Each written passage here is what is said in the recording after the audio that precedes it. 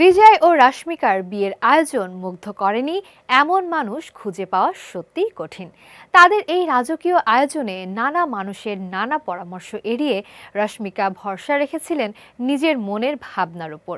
তবে সামাজিক মাধ্যমে অন্য তারকাদের জমকালো বিয়ের ট্রেন্ডের স্রোতে গা না ভাসিয়ে তারা দুজনেই চেয়েছিলেন পুরো আয়োজনটি যেন তাদের আসল ব্যক্তিত্ব ও সাদামাটা রূপকেই প্রতিফলিত করে।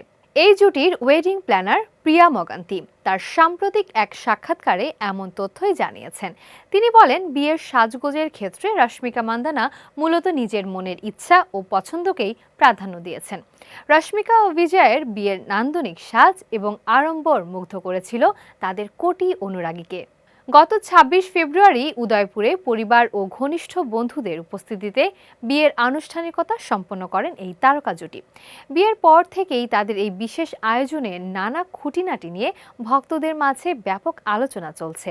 বিশেষ করে তাদের পোশাক, গহনা এবং ঐতিহ্যবাহী রাজনীতি নিয়ে জানার আগ্রহ প্রকাশ করেছেন অনেকেই। বিয়ের সাজসজ্জার নেপথ্যে ছিল রশ্মিকা মান্দানারই বড় অবদান। এ প্রসঙ্গে তাদের ওয়েডিং প্ল্যানার প্রিয়া বলেন, রশ্মিকা নাকি নিজের মঙ্গলসূত্র নিজেই ডিজাইন করেছিলেন। তিনি জানান, এর থেকে রশ্মিকার নিজস্ব পছন্দ এবং আলাদা রুচির পরিচয় পাওয়া যায়। সেই ওয়েডিং প্ল্যানার আরও বলেন, রশ্মিকা ও বিজয় শুরু থেকেই নাকি ঠিক করেছিলেন যে তাদের বিয়ে যেন অন্য তারকাদের মতো একই স্রোতে গা না ভাসায়। সামাজিক মাধ্যমে কি ট্রেন্ডিং সেটা বিবেচনা না করে বরং তাদের যা মন থেকে ভালো লেগেছে সেটাই বেছে নিয়েছেন তারা।